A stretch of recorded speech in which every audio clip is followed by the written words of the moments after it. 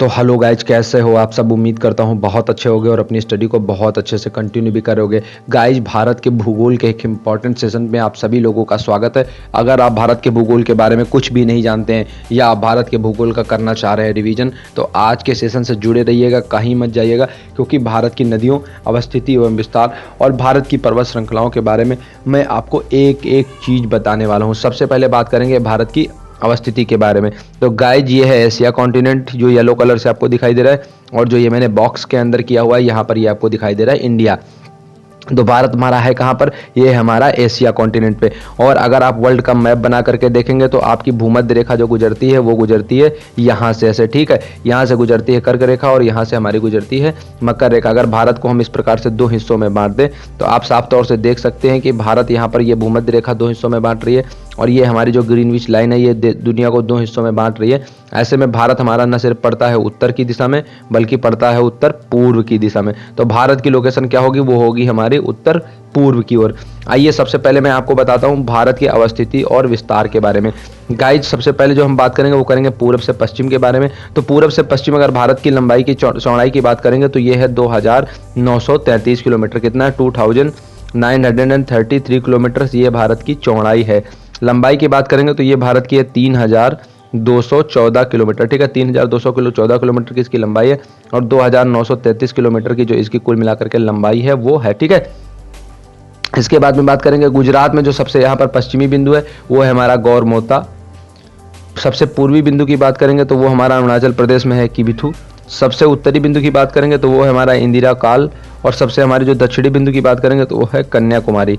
मुख्य भूमि से बाहर की बात करेंगे तो हमारा इंदिरा पॉइंट, पिग्मलियन पॉइंट, ये हो जाता है हमारा सबसे जो है यहाँ पर पार्सन पॉइंट जिसको हम बोलते हैं वो हमारा यहाँ पर हो जाता है। इसके अलावा भारत के पड़ोसी देशों की बात करेंगे तो सबसे पहला पाकिस्तान, पाक ऑक्युपाइड कश्मीर के साथ में सीमा लगती है अफगानिस्तान के बाद में, उसमें तिब्बत वाले कब्जे वाले चीन, फिर नेपाल, फिर भूटान, इसके बाद में बांग्लादेश, इधर हमारा म्यांमार और जल सीमा लगती है हमारी श्रीलंका के साथ में। तो ये कुल मिलाकर के द्वीप हैं हमारे आसपास के हमारे पड़ोसी देश हैं। इसके अलावा मालदीव भी हमारा एक पड़ोसी देश है। तो गाइस, ये हो गया भारत का आस पड़ोस और ये हो गया। हाँ, यहाँ पर मैं आपको अवस्थिति के बारे में एक चीज़ बताना भूल गया जो आपको बहुत अच्छे से याद रखनी है।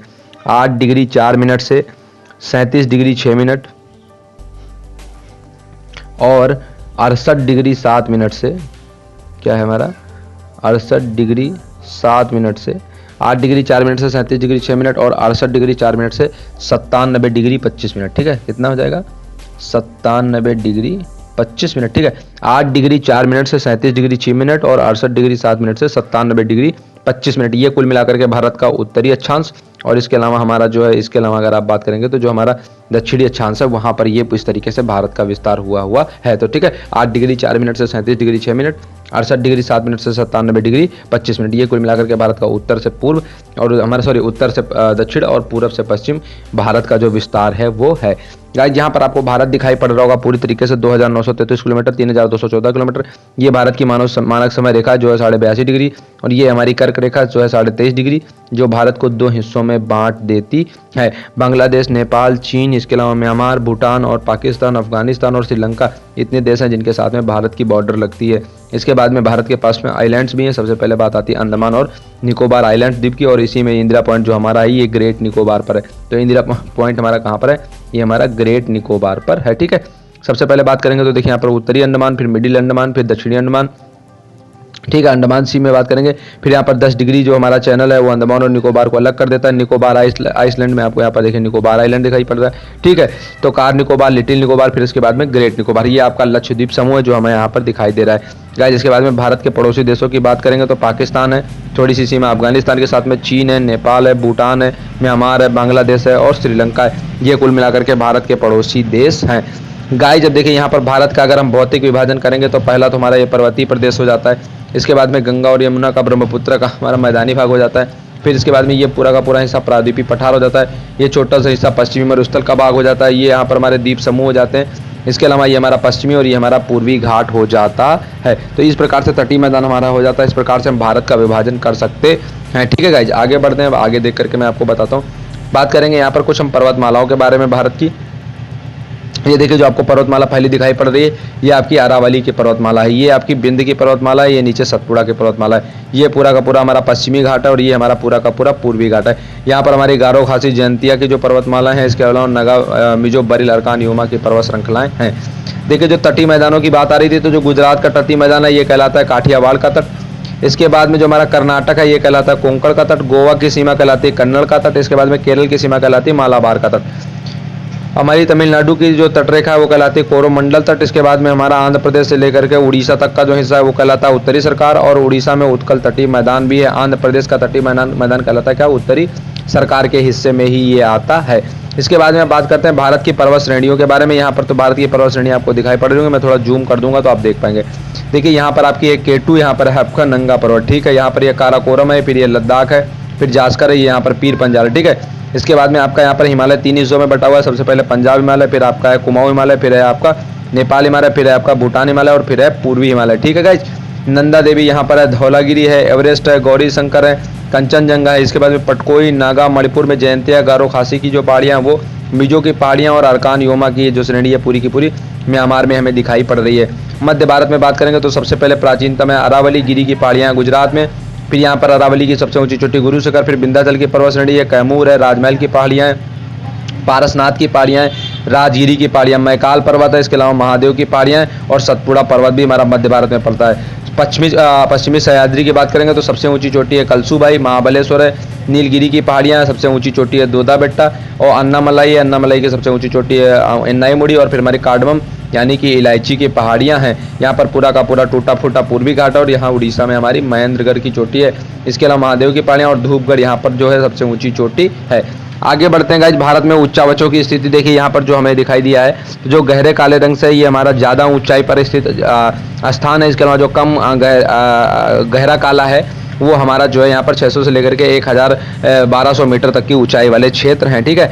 और यहाँ पर पर्वतमालाएं भी दिखाई गई हैं, आप ये यहाँ पर देख सकते हैं। ये है पामीर की नाट, ये है हिंदूकुश श्रेणी, ये है कुल्लून श्रेणी, ये है काराकोरम, ये है लद्दाख। इसके बाद में है आपका यहीं पर जास्कर है, फिर ये कैलाश श्रेणी है जो भारत के बाहर है, ये पूरी की पूरी शिवालिक की श्रेणी है। ब्रह्मपुत्र नदी यहाँ पर बह करके आ रही है, ये सिंधु नदी। नदियों के बारे में भी अलग से हम एक डिस्कस करेंगे। पर्वतों के बारे में गाइज अगर आप बात करेंगे, एक सेकंड रुक जाइएगा थोड़ा सा,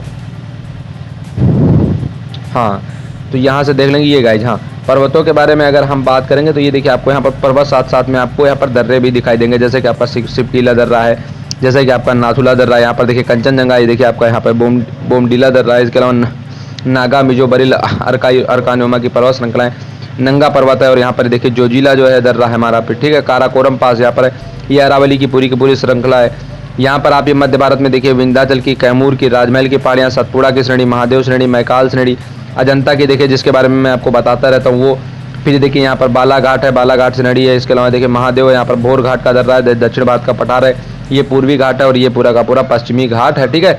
इसके अलावा ये आपके यहाँ पर कार्डमम है और यहाँ पर ये आपका पाल घाट है, कहाँ पर, केरल के अंदर में, ठीक है। इन्हीं के बारे में मैं बताता रहता हूँ, इसीलिए मैं आपको आज लोकेशन दिखाना चाह रहा था, ताकि अगर आप एक बार लोकेशन देख लेंगे तो आपको सारी चीज़ें पता चल जाएगी, ठीक है। भारत भर में अगर आप ऊंची चोटियों की बात करेंगे तो जो अगर पूर्वी घाट में आप बात करेंगे तो मलयगिरी और महेंद्रगिरी दो ऊंची चोटियाँ, पश्चिमी घाट में बात करेंगे तो अन्नाईमुड़ी और दोदा बेट्टा है। राजस्थान में बात करेंगे तो गुरु शिखर एक ऊंची चोटी है। इसके अलावा जम्मू कश्मीर में नंदा देवी और नंगा पर्वत और K2 है।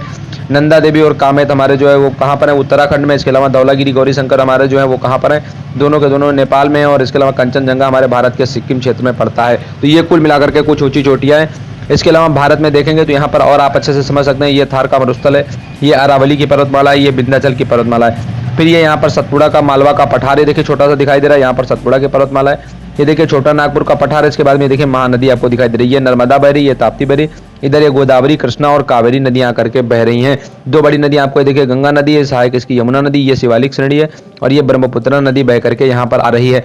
मैप्स में थोड़ा सा मैं आपको इसलिए दिखाना चाह रहा हूँ ताकि आप एक बार मैप देख लेंगे तो जब मैं पढ़ाऊंगा, जब मैं समझाऊंगा तो आपको सारी चीजें बहुत अच्छे से समझ में आएंगी, ठीक है। ये देखिए काराकोरम की पर्वतमाला, ये देखिए यहाँ पर आपको अरावली दिखाई दे रही है। नर्मदा नदी है जो आपकी किस तरफ बहती है, पश्चिमी घाट की ओर बहती है। पूर्वी घाट की ओर बहने में बात करेंगे तो कृष्णा है आपकी। इसके बाद में नीलगिरी की पर्वतमाला है, कर्नाटक, केरल और तमिलनाडु के बीच में। फिर ये कावेरी नदी आपकी यहाँ पर बह रही है, ये आपकी गंगा नदी है, ये यहाँ पर आपका छोटा नागपुर का पठार है, ये सतपुड़ा की पर्वत श्रेणी है, ठीक है। इसके बाद में आगे बात करेंगे तो भारत में जो सर्वोच्च हिमालय का शिखर है वो हमारा यहाँ पर, ये देखिए ये यहाँ पर सिक्किम के हिस्से में आपका पड़ता है, कंचनजंगा, ठीक है। आगे बढ़ते हैं गाइज।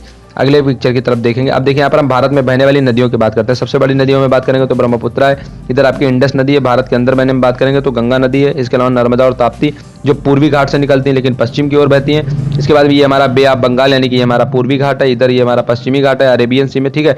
गोदावरी, कृष्णा, कावेरी, ये 3 बड़ी नदियां हैं जो दक्षिण भारत की नदियां हैं, प्रायद्वीपीय भारत की नदियां हैं, और ये आकर के हमारी कहाँ पर बहती हैं, ये हमारी इधर आकर के पूर्व की ओर बहती हैं।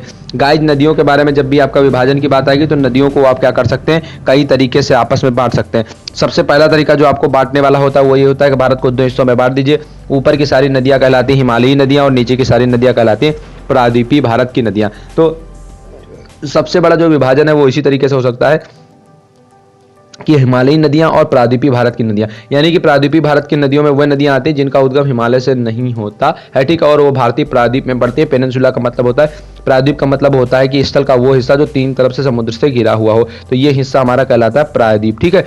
प्रायद्वीप का तात्पर्य क्या होता है, वो हिस्सा जो 3 तरफ से समुद्र से घिरा हुआ हो। तो समुद्र से कहां तक घिरा, ये हिस्सा जो हमारा देख रहे हैं आप यहाँ पर, ये हिस्सा जो आप देख रहे हैं ये 3 तरफ समुद्र से घिरा इतना हिस्सा, तो ये हमारा क्या कहलाता है, ये प्रायद्वीपीय भारत कहलाता है। तो यहाँ की नदियां क्या कहलाएंगी, प्रायद्वीपीय नदियां कहलाएंगी। अब देखिए जल विभाजक रेखा आपको दिखाई दे रही होगी, यहाँ से नदियों को आप थोड़ा थोड़ा देखना स्टार्ट कीजिए। सबसे ऊपर ये देखिए आपकी नदी है सिंधु नदी है, ठीक है, ये यहाँ पर आकर के जल गिराती है। सिंधु की कुछ सहायक नदियां हैं जिनमें आपकी झेलम है, चिनाब है, राबी है, ब्यास है और सतलुज नदियां हैं, ठीक है। इसके बाद में आपकी दूसरी इंपॉर्टेंट रिवर है जो है आपकी गंगा रिवर, ठीक है, ये देखिए गंगा रिवर आपकी बहती है इस तरीके से। गंगा के सहायक की बात करेंगे तो यमुना है, इधर आप बात करेंगे तो इसके बाद में चंबल है, सिंध है, बेतवा है, केन है, ये है यमुना की सहायक नदियां। सोन, गंगा की घाघरा, गंडक, इसके अलावा रामगंगा, ये सारी की सारी, कोसी, ये सारी की सारी नदियां किसकी सहायक नदियां, तो ये है गंगा की सहायक नदियां। सांगपो यानी कि जो हमारी नदी है यहाँ पर आपको बह करके दिखाई दे रही है, यही आपकी ब्रह्मपुत्र नदी जो आकर के बांग्लादेश में चली जाती है। इसके अलावा एक नदी आपको ये पश्चिम बंगाल में बहने वाली दामोदर दिखाई दे रही होगी। इसके अलावा लूनी, साबरमती, माही, नर्मदा, ताप्ती, ये सारी की सारी नदियां हैं जो आकर के कहाँ पर अपना जल गिराती है, अरब सागर में जल गिराती हैं। लूनी नदी तो यही अंदर ही लुप्त हो जाती है कच्छ के रण में, ठीक है। आगे बात करेंगे तो महानदी, महानदी की सहायक नदी कौन सी है, वो है हमारी तेल नदी, ठीक है। इसके अलावा जोंक नदी भी इसकी सहायक नदी। गोदावरी की बात करेंगे तो इसकी पेन गंगा एक सहायक नदी है, अब इसको और डिटेल में समझाऊंगा। दूसरी नदी आपकी कृष्णा, तीसरी है बड़ी कावेरी जो हमारी प्रायद्वीपीय भारत की नदियां हैं। अब देखिए आपको मैं बताता हूँ पश्चिम की ओर बहने वाली नदियां कौन कौन सी हैं। पश्चिम की ओर बहने वाली नदियों में सबसे पहले भादर, फिर सतरंजी, फिर साबरमती, माही, नर्मदा, तापी, फिर मांडवी है, जवारी है, शरावती है, गंगावेली है, पेरियार है और भरतपुजा है। इतनी नदियां हैं जो पश्चिमी घाट की ओर हमारी बहती हैं और अरब सागर में अपना जल गिराती हैं। तो ये क्या है, ये है अरब सागर में जल गिराने वाली नदियां। फिर से याद कर लेंगे, अरब सागर में जल गिराने वाली नदियों को याद कर लेंगे, भादर, सतरंजी, साबरमती, माही, नर्मदा, तापी, मांडवी, जवारी, शरावती, गंगावेली, पेरियार और भरतपुजा। ये सारी की सारी जो नदियां हैं गाइस, ये कहाँ पर आकर के अपना जल गिराती है, अरब सागर में आकर के जल गिराती है। नाम याद कर लेना है, भादर, सतरंजी, साबरमती, माही, नर्मदा, तापी, मांडवी, जवारी, शरावती, गंगावेली, पेरियार और भरतपुजा। ये कुल मिलाकर के इतनी नदियां हैं जो पश्चिमी घाट में अपना जल गिराती हैं, ठीक है। आगे बात करते हैं गाइस, यहाँ पर थोड़ा सा आपको और प्रायद्वीपीय नदी तंत्र के बारे में बताता हूँ। पूर्वी घाट में बात करेंगे तो आपकी महानदी है, महानदी की सहायक है तेल नदी, ठीक है। इसके अलावा आपकी गोदावरी एक बड़ी नदी है, इसकी सहायक नदियों में बात करेंगे तो पेन गंगा है, प्राणहिता है, इंद्रावती है, ठीक है। कृष्णा की बात करेंगे तो इसमें आपकी कोयना है, घाट प्रभा है, माल प्रभा है, भीमा है, तुंगभद्रा है। इसके अलावा कावेरी आपकी है और ये बंगाल की खाड़ी में आकर के अपना जल गिराती है, जबकि नर्मदा, ताप्ती, माही, ये 3 बड़ी नदियां हैं जो इस तरफ जल गिराती हैं। बाकी के बारे में मैं आपको मांडवी, जुआरी, गंगावेली, पेरियार, भरतपुजा और शरावती, सतरंजी, भादर, ये नदियों के नाम पहले ही बता चुका हूँ। गाइस जब आपको सिंधु नदी ब्रह्मपुत्र नदी तंत्र में आपको थोड़ा सा समझा देता हूँ। ब्रह्मपुत्र नदी तंत्र में अगर आप सहायक नदियों की बात करेंगे तो दिबांग है, सुबनसिरी है, कामेत है, बराक है, कपिली है, मानस है, तीस्ता है और इधर से गंगा नदी आकर के इसमें मिलती है, ठीक है। तो गाइस ये जो कुल मिलाकर के है हमारा ब्रह्मपुत्र नदी तंत्र। भारत की सबसे लंबी नदियों की बात करेंगे तो इसमें सबसे लंबी नदी है सिंधु, लेकिन ये भारत के बाहर ज्यादातर बहती है। ब्रह्मपुत्र दूसरी सबसे लंबी नदी, लेकिन ये भी ज्यादातर भारत के बाहर बहती है। भारत में बहने वाली जो सबसे लंबी नदी है वो हमारी गंगा नदी, ठीक है। चौथी नदी जो गाइस हमारी आती है वो कौन सी, वो है हमारी गोदावरी नदी, ठीक है। तो ये आपको ऑर्डर इस तरीके से क्या करना है, पूरा का पूरा याद रखना है, ओके। नेक्स्ट की तरफ बढ़ते हैं गाइस, जब मैं आपको बताता हूँ कृष्णा नदी तंत्र के बारे में। कृष्णा नदी निकलती है हमारी महाराष्ट्र के महाबलेश्वर से और बहते हुए चली जाती है और जाकर के बंगाल की खाड़ी में अपना जल गिराती है। इसकी एक सहायक नदी है भीमा नदी, दूसरी है तुंगा और एक है भद्रा, दोनों मिलकर के बन जाती है तुंगभद्रा नदी। और इसी पर तुंगा भद्रा जलागार बना हुआ है और भद्रा नदी पर भद्रा जलागार बना हुआ है। अब मैं बताता हूँ आपको गोदावरी नदी तंत्र के बारे में। गोदावरी हमारी यह भी महाराष्ट्र से निकलती है। कहाँ से निकलती है, निकलती है त्र्यंबकेश्वर से, नासिक जिले से। गाइस जो हमारी गोदावरी नदी इसकी सहायक है पूर्णा है। एकमात्र नदी जो पश्चिम की ओर से आकर के मिलती है वो है मंजीरा, इस पर निजाम सागर बांध बना हुआ है। इधर से पेनगंगा की दो सहायक है वर्धा और वेनगंगा। इसके अलावा इंद्रावती नदी है। इसके अलावा आपकी जो सेलूरी नदी है बाली मोरा जाम सागर से निकलती है, इसकी एक सहायक नदी है मगरी नदी। ये कुल मिलाकर के आपका पूरा का पूरा गोदावरी नदी तंत्र है। इन सब नदियों के बारे में आपको पढ़ के याद रखना है। अभी मैंने आपको पश्चिमी घाट बताया था, अब मैं आपको पूर्वी घाट की नदियों के बारे में बताता हूँ। पूर्वी घाट की नदियों में ताम्रपर्णी, वैगई, कावेरी, पेन्नार, कृष्णा, गोदावरी, महानदी, ब्राह्मणी, वैतरणी, सवर्णरेखा, दामोदर और हुगली। ये कुल मिलाकर के नदियां जो बंगाल की खाड़ी में अपना जल गिराती। फिर से देख लीजिए, हुगली, दामोदर, सुवर्णरेखा, ब्राह्मणी, वैतरणी, ब्राह्मणी, महानदी, गोदावरी, कृष्णा, पेन्नार, कावेरी, वैगई और ताम्रपर्णी। ये कुल मिलाकर के इतनी नदियां जो पूर्वी घाट में आकर के अपना जल गिराती हैं गाइस, ठीक है। तो ये कुल मिलाकर के था भारत के भूगोल के अंतर्गत आज का एक बहुत शॉर्ट मैप सेशन, जिसमें मैं उन सभी बेसिक स्टूडेंट के लिए डिस्कस करना चाह रहा था कि किस तरीके आपको भारत के भूगोल को समझना है और किस तरीके से आपको भारत के भूगोल को जानना है। चलिए अब मैं आपको इसका रिवीजन करा देता हूं एक बार में, तब आपको समरी फॉर्म में समझ में सारी चीजें आ जाएंगी। पहली बार में मैंने आपको सब कुछ दिखा दिया है, अब मैं आपको इसको पूरा का पूरा समझा देता हूँ कि किस चीज का क्या मतलब है। गाइस जो सबसे पहले क्वेश्चन हमारा पूछा जाता है वो हमारा पूछा जाता है भारत की अवस्थिति एवं विस्तार से। इसीलिए मैंने आपको सबसे पहले भारत की अवस्थिति और विस्तार के बारे में बताया। तो आपको पहली चीज तो ये जानना है कि भारत पूरी दुनिया के संदर्भ में कहां पर स्थित है। तो भारत अगर पूरी दुनिया के संदर्भ के हिसाब से बात करेंगे तो देखिए आपको यहाँ पर दो रेखाएं दिखाई दे रही होंगी। ये आपको भूमध्य रेखा यहाँ पर आपको दिखाई दे रही है, ये आपको आपका 0 डिग्री दिखाई दे रहा है, ठीक है। तो 0 डिग्री और भूमध्य रेखा आप देख रहे हैं ना। अब अगर देखेंगे आप भूमध्य रेखा को, अगर हम 0 डिग्री यहाँ पर सॉरी जो 0 डिग्री है, अगर 0 डिग्री से इस तरफ देखें तो कौन सी दिशा होगी? पूर्व की दिशा होगी। और भूमध्य रेखा को अगर हम यहाँ पर इस तरीके से देखें तो ये दिशा कौन सी दिशा होगी? उत्तर की दिशा होगी। तो भूमध्य रेखा के उत्तर में है और 0 डिग्री के किधर है? पूर्व में है। इसलिए ये इसकी लोकेशन भारत की क्या हो जाएगी? उत्तर पूर्व लोकेशन हो जाएगी। तो कई बार पूछा जाता है कि भारत ग्लोब में कहां पर अवस्थित है, तो भारत ग्लोब में उत्तर पूर्व दिशा में अवस्थित है, क्योंकि 0 डिग्री के किस दिशा में है? पूर्व में है। और भूमध्य रेखा की किस दिशा में है? तो उत्तर में। इसलिए भारत जो है वो कहां पर है? उत्तर पूर्व में। कौन से कॉन्टिनेंट में पड़ता है? तो वो हमारा पड़ता है एशिया कॉन्टिनेंट में, ठीक है। ये चीज आप समझ गए।